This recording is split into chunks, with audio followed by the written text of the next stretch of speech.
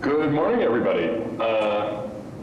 Yasha Franklin Hodge, Chair of the Public Improvement Commission, and I will call to order the Public Improvement Commission hearing of May 23rd, 2024. Mr. Lyman, please take a roll call. The representative from the Public Works Department, please state their name for the record. Yasha Franklin Hodge. Transportation Department. Amy Gordon. Water and Sewer Commission.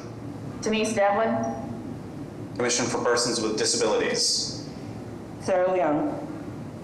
We do not have anyone from Property Management or ISD today, but we do have a quorum. All right, thank you very much, Todd.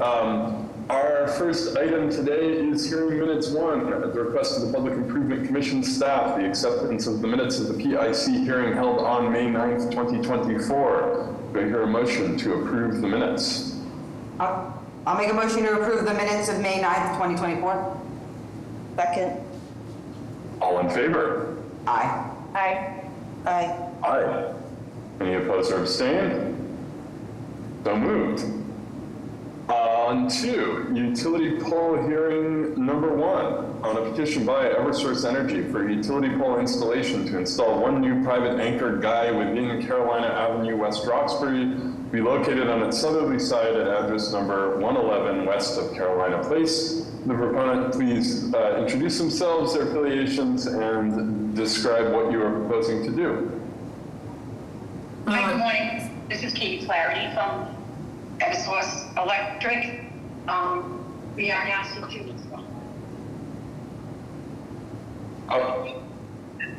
Katie, we're having a really hard time hearing you. You're cutting in and out. No, you know what, Yasha, this is Kelly Correa too. Katie was having a hard time logging in, so she's actually on my cell phone. I don't know that she's speaking on the computer microphone. So, Katie, try talking again and see if he can hear you. I'm talking now. You're cutting in and out. It's almost like the microphone is kind of far away.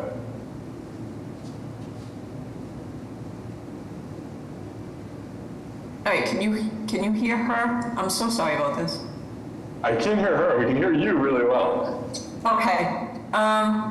So yeah, I don't know. You might have been hearing her through my cell phone. I just hung that up. So this is Kelly. I'm just going to speak. I don't know if you can even. Katie, they can't hear you. Now, can you hear me now? Yes, that's much better. Okay. Let me start over again. I'm sorry.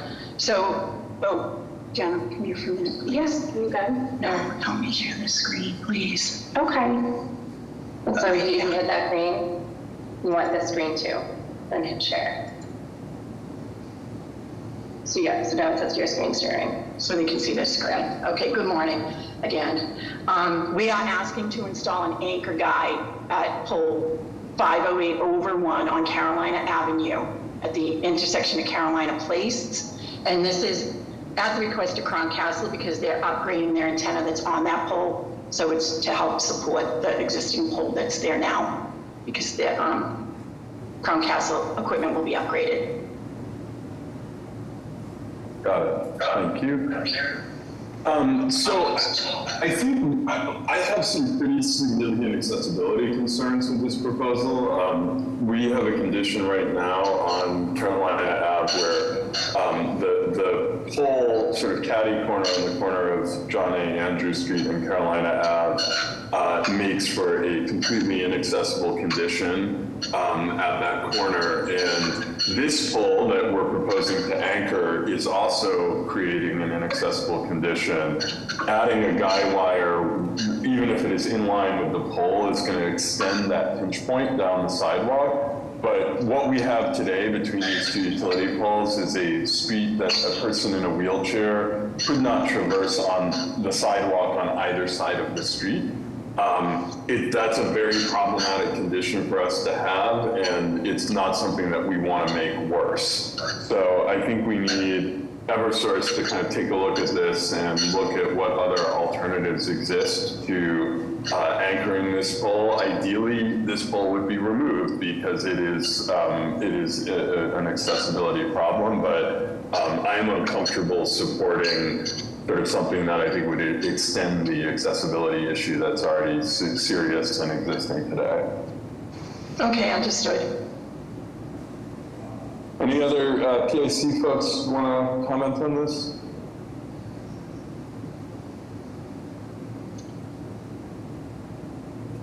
All right, Todd, any comments from PIC staff, and how would you suggest we sort of proceed with this in terms of a formal action here?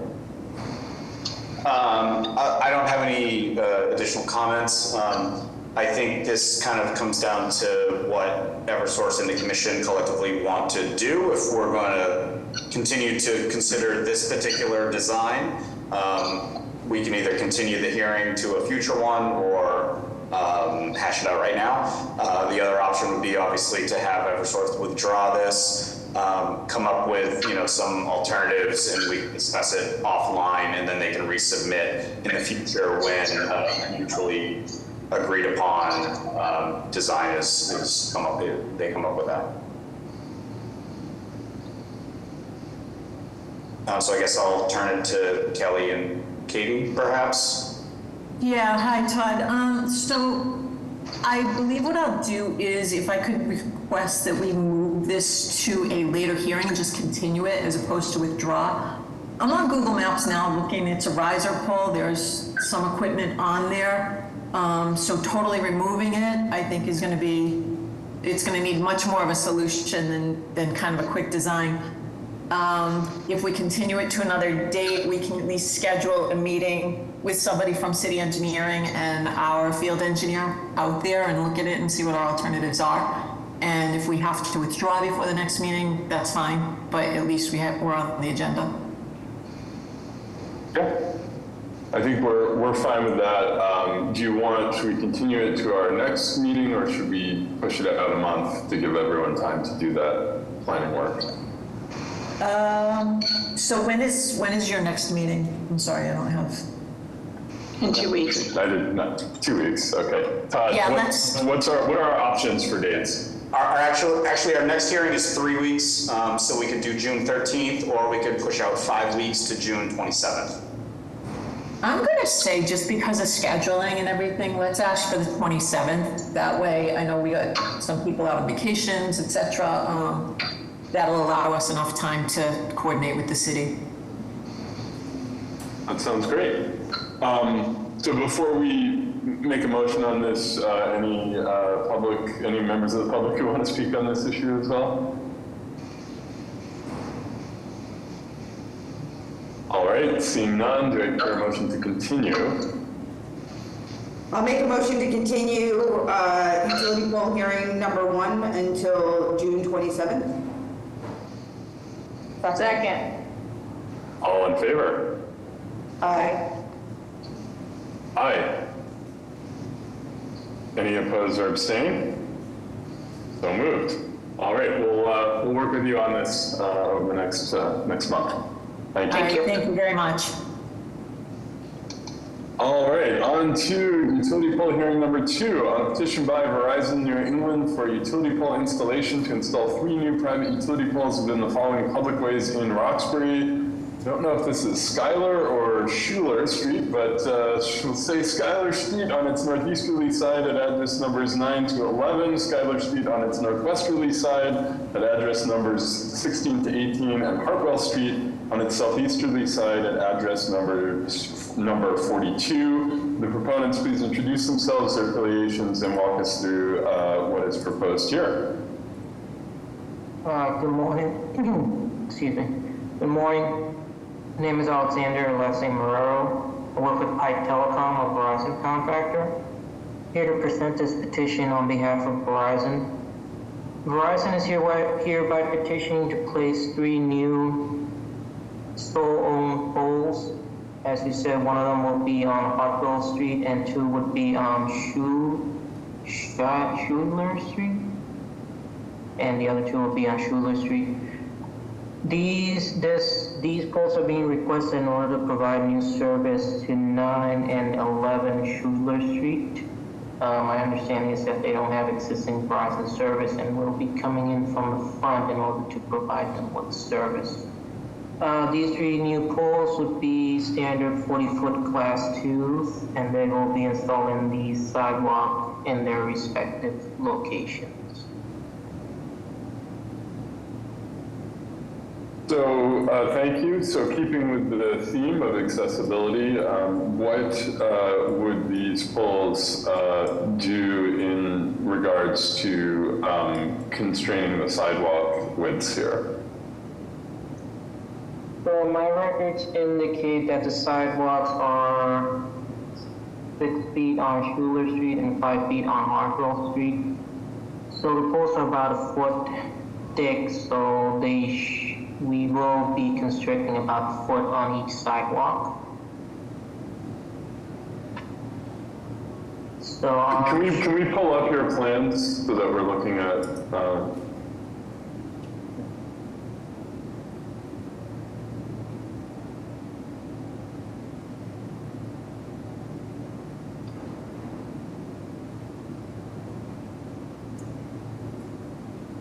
I think the pole on Hartwell looks particularly narrow, narrowing the sidewalk.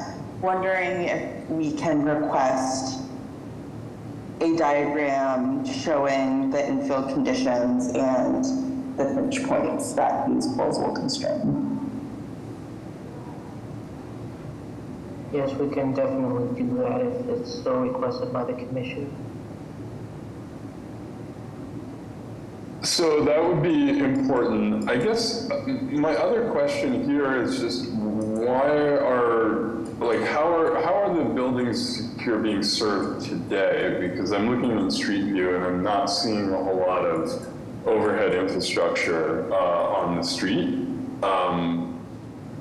And so I'm wondering why these poles are being added in this portion of the street at all. So Hartwell Street has an existing pole line coming down from the north that ends at pole 3.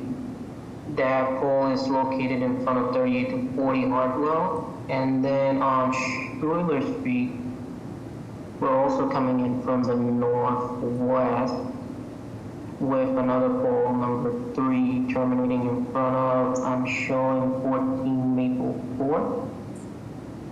So basically, we'll be installing these 3 new poles so that we can run new cabling from Hartwell Street down towards Schuler Street to terminate at pole number 1 in front of 9 and 11 in order to serve those 2 buildings. So Why I mean, can't it be ground? Why can't this be a trench? And also, how is the rest of Schuler Street being served today, or are they being served today? Because if I look going from the intersection of Hartwell, well, really further up the hill at Schuler Schuyler towards Blue Hill Ave, if I look from Hartwell down to Blue Hill Ave, there's no poles on the street, and we're talking about adding 2, but there are many properties. So how are they being served today, and why is this the option that is the correct option on this street? Well, the buildings on Blue Hill Avenue are fed underground from an underground network on Blue Hill Avenue. Number 4, number 10, Schuler, it looks like they're being fed from a backyard pole line behind that building.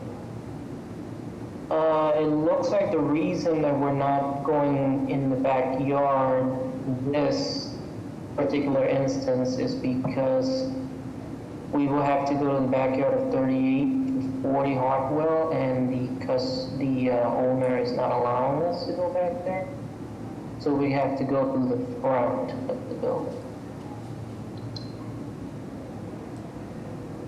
Okay, I mean, to Amy's point though, right, like, I think, adding poles on a segment of street that does not have them is a pretty significant imposition for the residents of that street, especially given the concerns that it creates about sidewalk width and accessibility. It's one thing when it's a street with all overhead and you're adding, 1 pole on the other side of the street or something, but this is actually taking a street that I think most residents don't see as having utility poles and adding a number of them to this area. And I think we need to see you explore the alternatives and explain to us why alternatives are not viable. To Amy's point, why not feed these underground, right? This is a service to a single set of parcels, combined set of parcels that you're talking about producing with this. There potentially are other options. And, I don't know what conversations you've had with the abutter on Hartwell Street, but certainly there's, a question of like, we don't know what you've offered them in exchange for using their property, but you are coming to us in the public right of way and proposing to, substantially impinge on it. And I think we need to see a really clear exploration of all the alternatives before we agree to that. Okay. 3 poles to service 1 property seems a little much, Yes. or like not like the easiest way to accomplish that. Okay.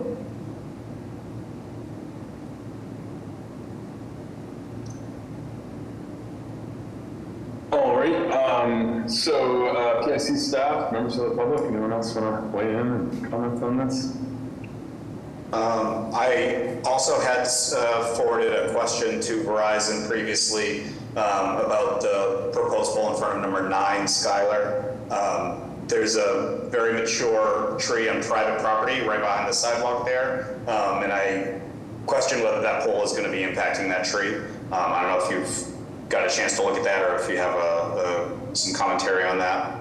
Yes, I received that question. Our engineering team reviewed it, and the pole installation shouldn't affect the tree. And then our cabling is going to terminate at pole 1, so we won't be installing anything in the direction of the tree either. So we don't expect the pole number 1 to affect the tree in any way. Can you confirm, though, that review included consultation with a certified arborist? I don't know what your engineering team's review consists of in something like this, but this is sort of not a technical engineering matter. It's a plant health matter, which isn't necessarily the same discipline as your telecom engineering team.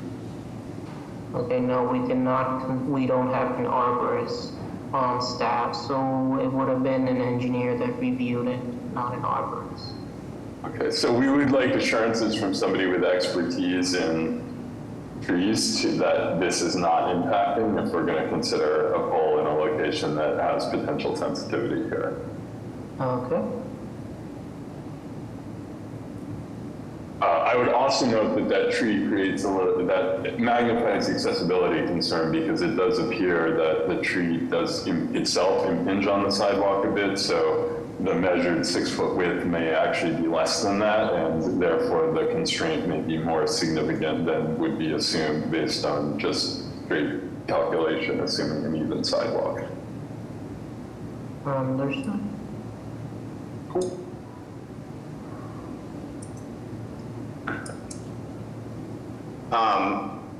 Ashley and Chris, do you have anybody in 801 that would like to speak on this? Well, we do, yep. And are you ready to give Yes. testimony? Okay, and here she is, she can introduce, if you introduce yourself for the commission. Good morning, representatives of the Public Improvement Commission. My name is Deborah Bowling. I live at 18 Schuyler Street, so that is the correct pronunciation of the street, Schuyler. My family has lived at this property since 1955. Throughout the generations, we have remained committed to our specific neighborhood, the Grove Hall neighborhood, and the larger neighborhood beyond. I thank you for this time to be able to speak before you. My brother Bruce Bowling served on the Boston City Council and at one time was the City Council president. So I understand the importance of public service and also members of the public to be engaged with their city officials. So thank you again for this opportunity. Thank you to my neighbors who have shown strength throughout the past few years. As many of you might know, a new housing development is occurring on Hartwell Street, Schuyler Street, and Cheney Street, which will bring an additional 100 units of housing, creating additional density to an area that's already oversaturated. And that is part of the reason why I'm here. I am here for myself, but I'm also here for my neighbors who have not been able to attend, but are definitely committed to our neighborhood. I have a few questions to ask the Verizon representative. We are not understanding why, as a matter of course, that you are not putting the wiring underground so that the poles and the overhead wiring is not an additional blight on the community. That is. So in this particular instance, Verizon is trying to minimize the time that it would be needed to construct any pathway in order to get service to 9 and 11. Obviously, we can do underground, but that would be not only higher, that so not only would it be more expensive, it would delay getting service to these particular residents, because we have to get an engineering plan created and then submitted, and then it would have to be approved by the city. And then once it gets approved, it will need to go to construction, which would delay deployment depending on when it actually gets approved, because the city requires us to stop work through the winter and all that stuff like that. So we chose the 3 poles to provide service to these residents as quickly as we can. Obviously, as you said, it's not the best solution, and I can agree that it's not the best solution. But with all the concerns that have been brought today, we're going to have to essentially go back to the drawing board and try to figure out if we continue with these 3 poles or if we try to do a new engineering design. I do understand that it would take more time, certainly a lot more cumbersome in terms of Verizon's responsibilities to meet state requirements, and also to deal with the city as well as neighbors.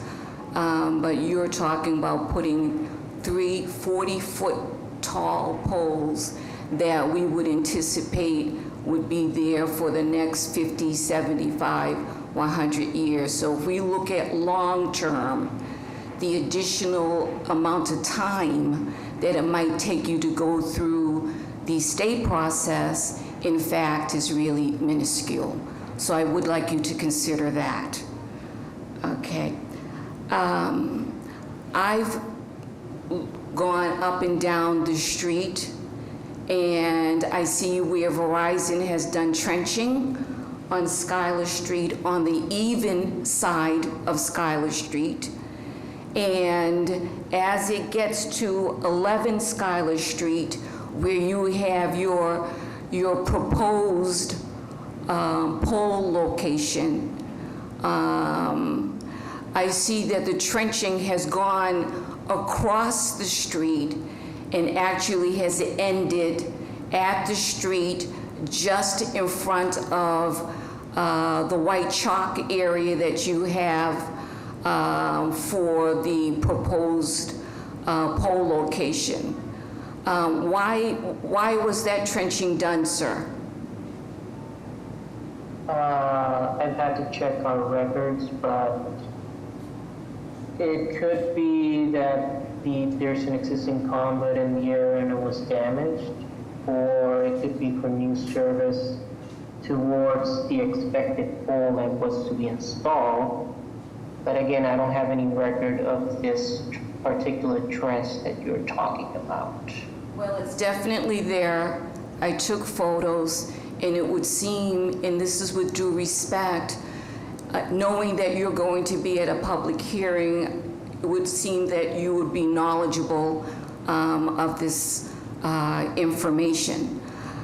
You speak of 11 Schuyler Street and 9 Schuyler Street. I have a petition that has been signed by the neighbors, including these addresses, where they along with the rest of the community object to the placement of the 3 40-foot poles and object to the overhead wiring. So I'm hearing you say resident at 11 Schuyler Street has requested this, yet the resident at 11 Schuyler Street has signed this document saying that she is, along with her neighbors, opposes what you are trying to do, your proposal at this point. Now, we understand Verizon is a business, and we understand that in today's society, many people have cable services, okay? We're trying to work along with you, but we are very strongly committed for you to put everything underneath the ground.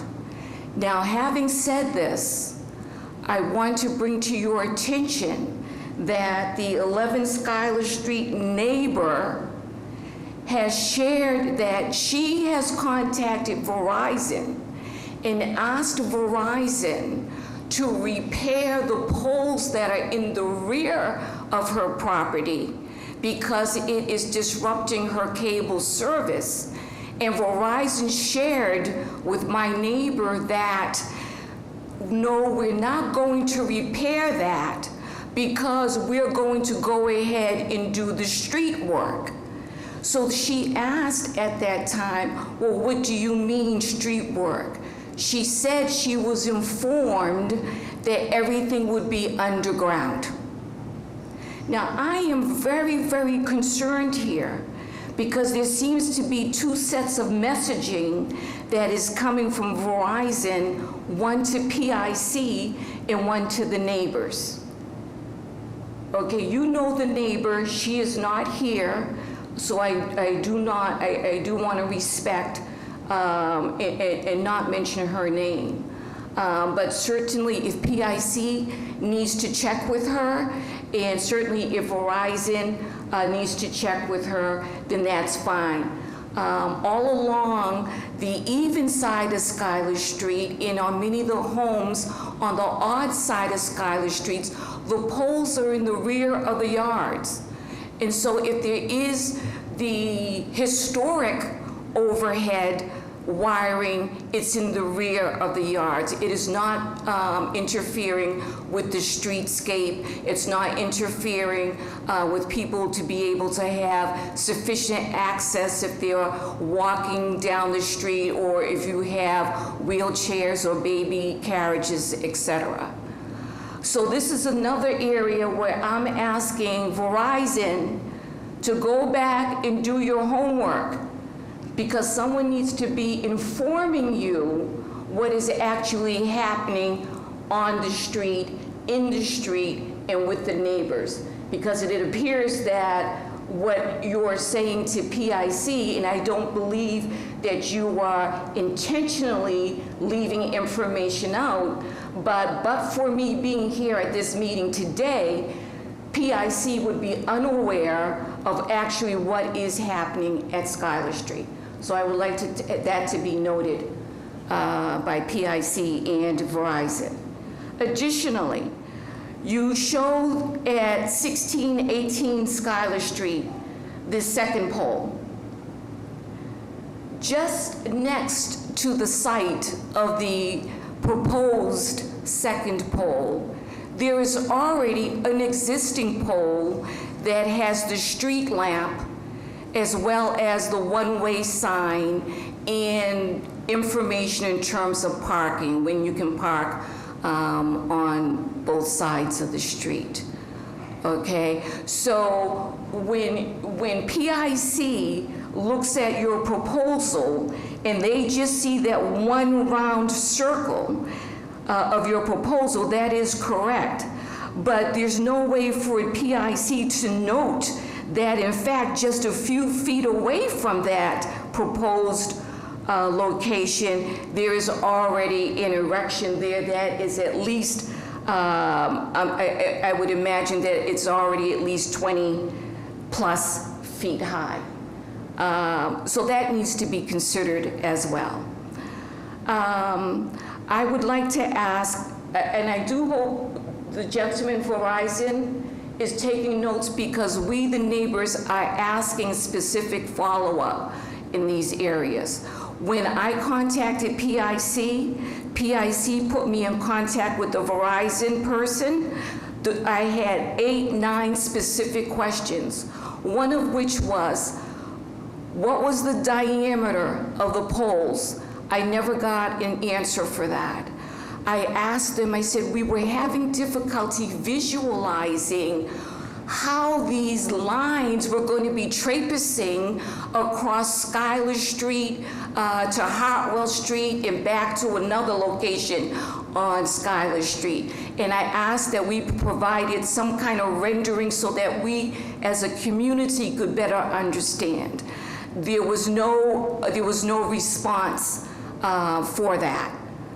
Okay, so it appeared where I, as an interested citizen, took the time and effort to type up a letter, enumerate my specific questions. It appears to me that Verizon handpicked which answers it was going to complete, and the other answers it just did not comment on one way or the other. So my request here is for Verizon to go back to that original letter, to review the letter and answer all of the questions. I also would like to bring up safety concerns.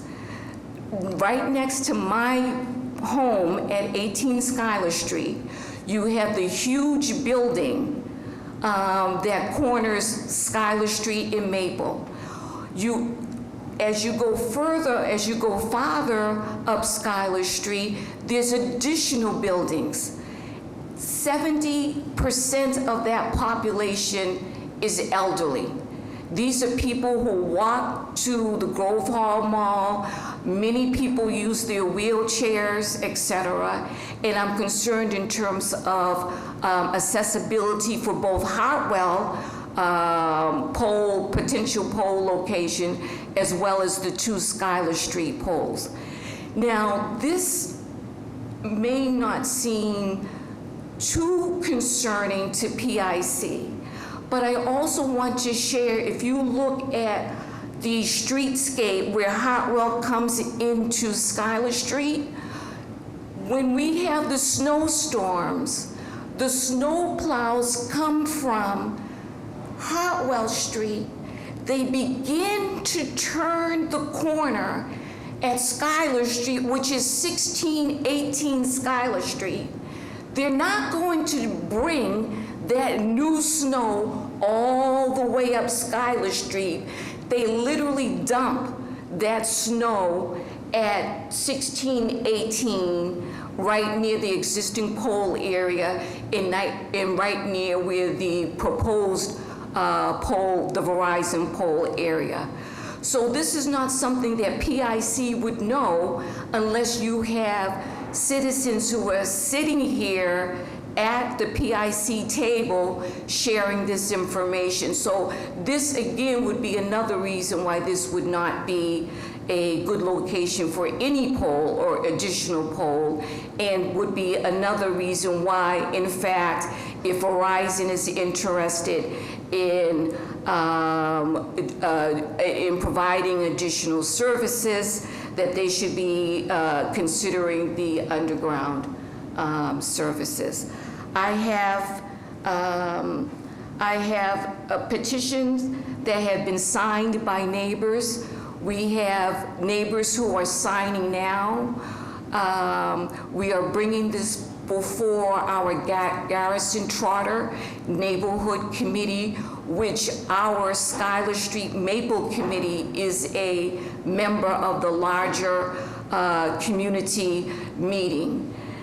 What I would ask of Verizon and PIC, Grove Hall is a very fragile community. If you were to look up crime in Boston, it would be one of those areas, that would be highlighted. So many neighborhood organizations have been working together to reduce crime, to increase neighborhood involvement, to eradicate the rat/rodent problem that is ongoing, and we continue to wait for additional support from ISD regarding this matter. We are a fragile neighborhood, yet we are a strong and committed neighborhood. And we're asking you to work with us so the blight that is there can be decreased or ameliorated altogether. I am concerned, this is a huge thing, PIC. And let's go back to the JP NDC development on Schuyler, Hartwell, and Cheney Street. My concern is that Verizon comes to you today and we just have these 2 poles on Schuyler Street, 1 pole on Hartwell Street.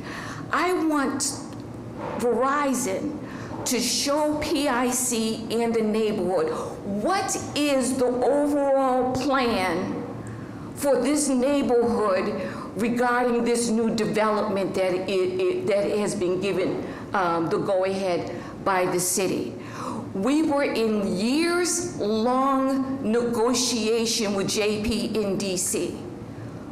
One of the things that JP NDC told our neighborhood groups, we promise you that whatever is the current streetscape will continue to be the current streetscape. We asked whether or not, electric boxes, poles, wiring, and JP NDC affirmatively said in no way, shape, or form would the existing streetscape be changed by JP NDC adding 100+ units at Schuyler Street, Hartwell Street, and Cheney Street. So I don't want this to be piecemeal, and every 6 months or a year we're coming back to you folks, and I want this to be a holistic review and response in terms of Verizon's presence in the Grove Hall neighborhood, and specifically Cheney, Hartwell, and Schuyler Streets. I think I'm finished for now. All right, thank you so much, Ms. Bully. I appreciate your coming to speak to us. I appreciate your work on behalf of your neighbors and the community. I think on this particular petition, Verizon heard before from the commission how we have concerns about what they're proposing to do here, and I think hearing you articulate the level of neighborhood concern and some of the more nuanced aspects of how this would impact people in the community only magnifies the need for Verizon to reconsider this approach here. So, I think given all of this, my ask here would be that Verizon withdraw this petition. You can certainly request a continuance, but it seems like you have a lot of work to do to review the totality of what's being proposed here and look at alternatives. And so a withdrawal seems appropriate given the level of concern that you've heard from members of the community and from the commission itself. So that would be my ask if Verizon is amenable to that. In terms of the larger question, I think we would also ask as the commission that Verizon take some time to meet with the neighborhood association to review sort of future plans and growth plans related to this. You know, Ms. Bowling, to your point, as the commission sort of, we receive individual petitions. And so we consider them as one-offs, but I think your request to have Verizon share with the neighborhood its larger vision for how its infrastructure will grow or expand within the neighborhood is a very reasonable one. And so I will certainly ask on behalf of the commission that Verizon do that. Yeah, so for today, I think a withdrawal here would be an appropriate next step while you regroup and reconsider options. So fortunately, I'm not authorized to make that decision, so we can continue the petition and then we can withdraw it at a later date if we determine that we're gonna explore other options. I think that Verizon needs to come to these hearings themselves, right? Like, I understand that you can't answer these questions, but I think that that's part of the problem. I also think that we need to talk with Verizon that putting up loopholes will not be the quickest path to do things in the future, right? We've already heard the need to talk to neighbors, larger community process, and arborists, all sorts of other things that are now going to be involved in this. So this might be the slowest route for them to take than to just try and put their infrastructure underground where seemingly everybody would prefer it. I'm okay to entertain a continuance here, but with the understanding that you know, it's very unlikely that this petition in its current form will be positively considered by the commission. So you'll either have to substantially revise or withdraw at some point in the future. Yeah, we can go with that for now until we can go back and explore other options. So before we move ahead with that, are there any other members of the public who wish to speak on this? I just wanted to thank everyone again for the extra time that you provided, and go Celtics! Thank you so much for being here and for being a part of this process. The neighborhood voices matter, and we're all right there with you for tonight. So thank you. Be blessed. All right. So hearing no other, seeing no other requests for testimony, can we do was it the 27th? Is that our second hearing, Todd? Yeah, 13th or the 27th. Yeah.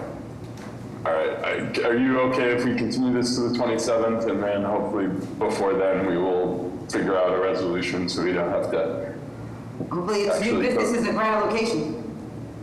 Yep. All right. Do I hear a motion to continue? I'll make a motion to continue utility pole hearing number 2 as read into the record by the chair until June 27th.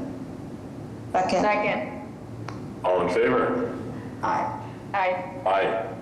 Any opposed or abstain? So moved.